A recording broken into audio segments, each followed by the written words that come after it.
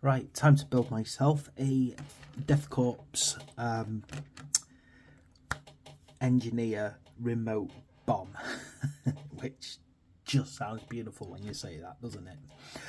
What I've done to make it easy, I have picked out in yellow the parts that we're going to work through. So I'll start over here with the actual main person. In order to do that, we have to build this kind of very standard body here.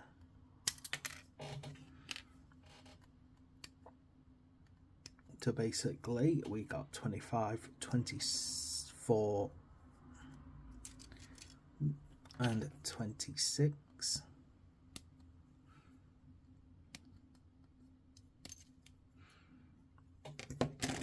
Which basically form the main body. Now this one body can be used to build quite a few different other ones, so you have to decide in advance what you want, but there's no way I'm not building that remote bomb. It looks awesome.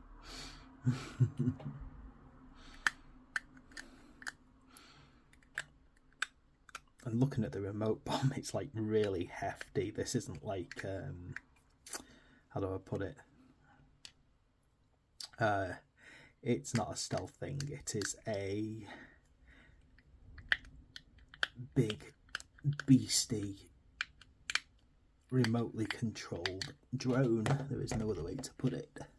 Right, let's just do a quick dry fit on these pieces because like they could be problematic if you get them wrong. That's all right.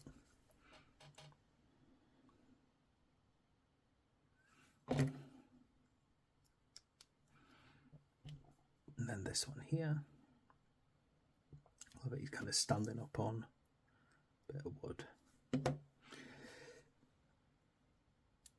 Now, I love the idea of all this kind of trench warfare with, you know, like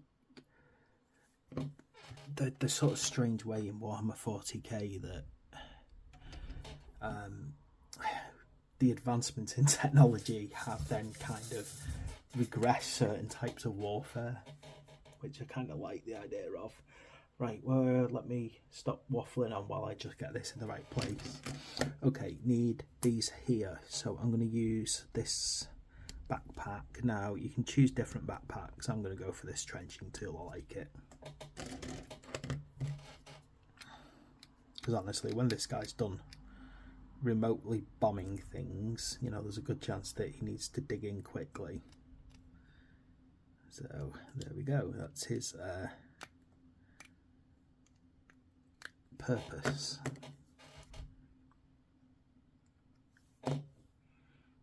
Make sure that I'm putting these the right way around. Yeah, it's like that. Oh, right. With the shaft up, pointing upwards. Okay, moving on from there. Let's carry on with this part. So now we need to get together. Let me get this right.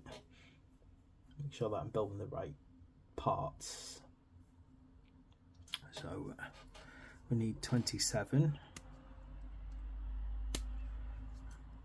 And then we need the happy little gas mask, 31. I'm sure this is the right one.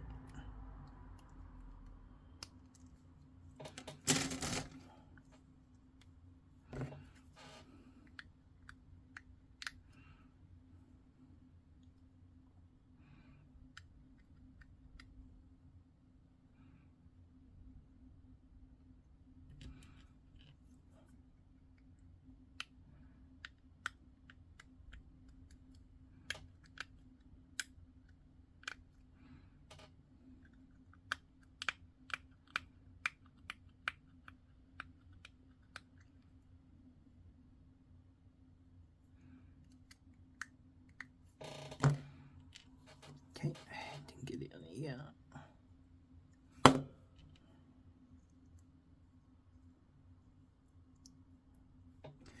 Get this helmet on.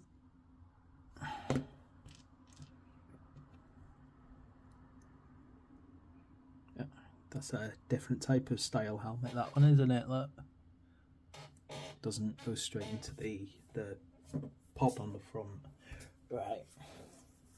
Okay, now Now we need to start building up the actual contraption that he's holding. It's actually quite complex, this thing. So I need 28 out,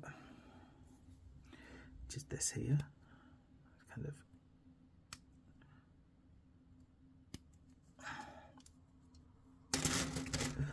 or I suppose you could call that the remote. Oh, I've got to be careful doing this one because it's definitely got some easy to break bits.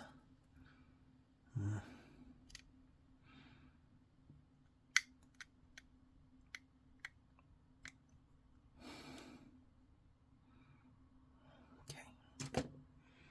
Now, this kind of slots into this little pod here. So there's like a little notch right there. This kind of holds into. Then we need to get parts 29 and 30, which are the side bits.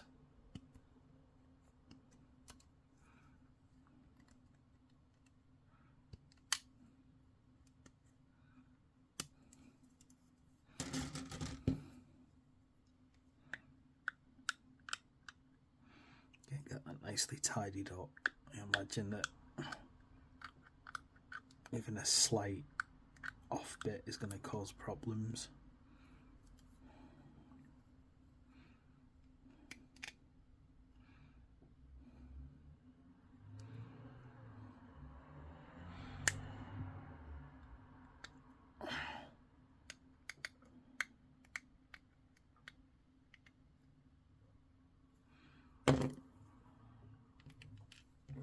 Okay, alright, this should be fun getting in. Let me check how this works then.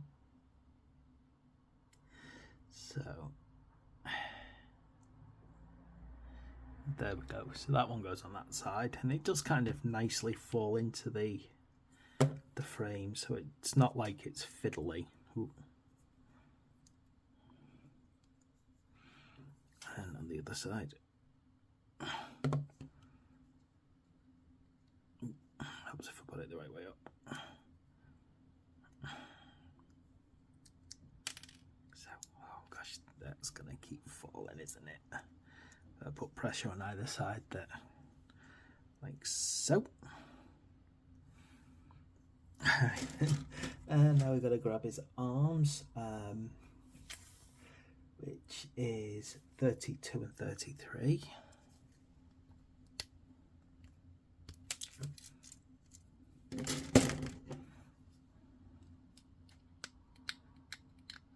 I love a remote, and you love the idea of this remote bomb.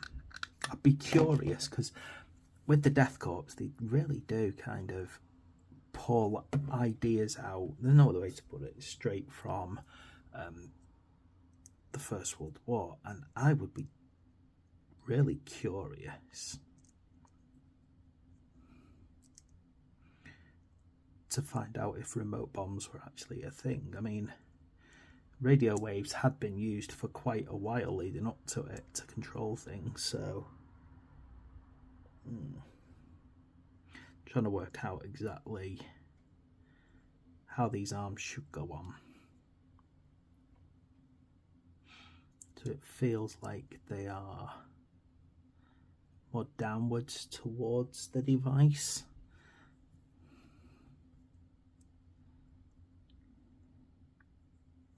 Like so. Okay, so that is our actual remote bomb handler. Now, of course, we have to get our remote bomb built, which is over here. And it's using these quite big beastie pieces, so it shouldn't take us that long to put together. But let's get 34 out.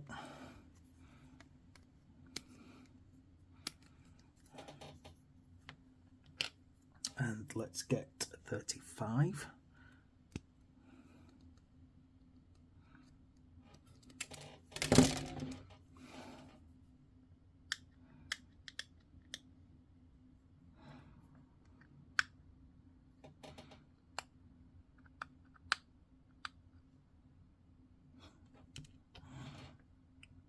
Curious to see how useful this would be actually on a battlefield, as in like in a game. I imagine anything this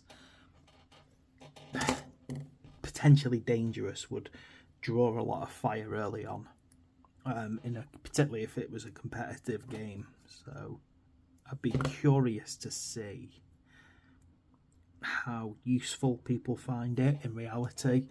So from a modelling perspective, I love the idea of it, but I also appreciate that a lot of let's get 37 out as well while I'm talking. A lot of competitive players might potentially see it as a threat very early on and try and knock it out quickly. So I'm not sure how useful it would be unless there's like rules that, but I've not read up on the rules yet, so there could be like special rules that make it more dangerous. One thing that I do sort of see as quite intriguing is that it doesn't have wheels. It very clearly has like grinding tracks, which leads to the question, how does it move throughout the battlefield? Right, 36.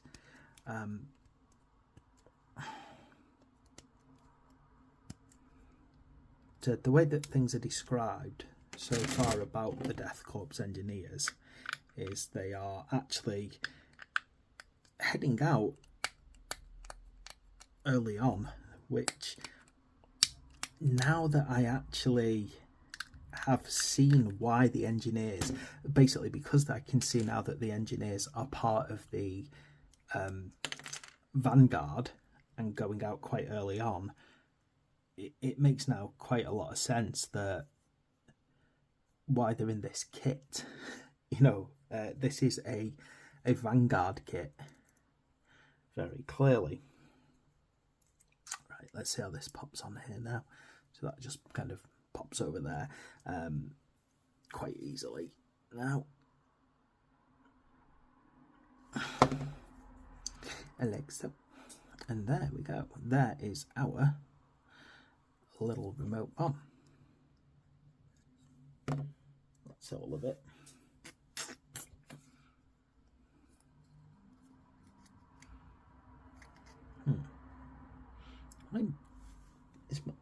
My brain decided to miss a bit here. So it seems to me that,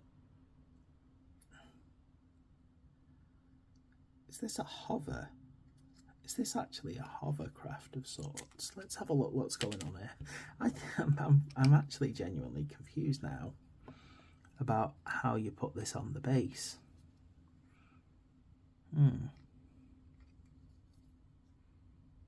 I don't think it goes fully on that. I think I've kind of made the assumption that it does, but actually you don't, by the look of it, put it fully on,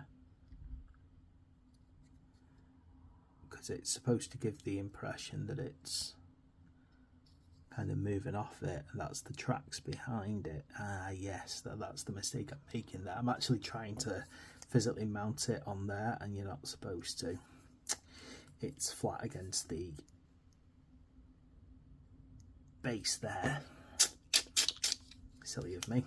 Not paying attention properly, am I? That's how it goes. Like that.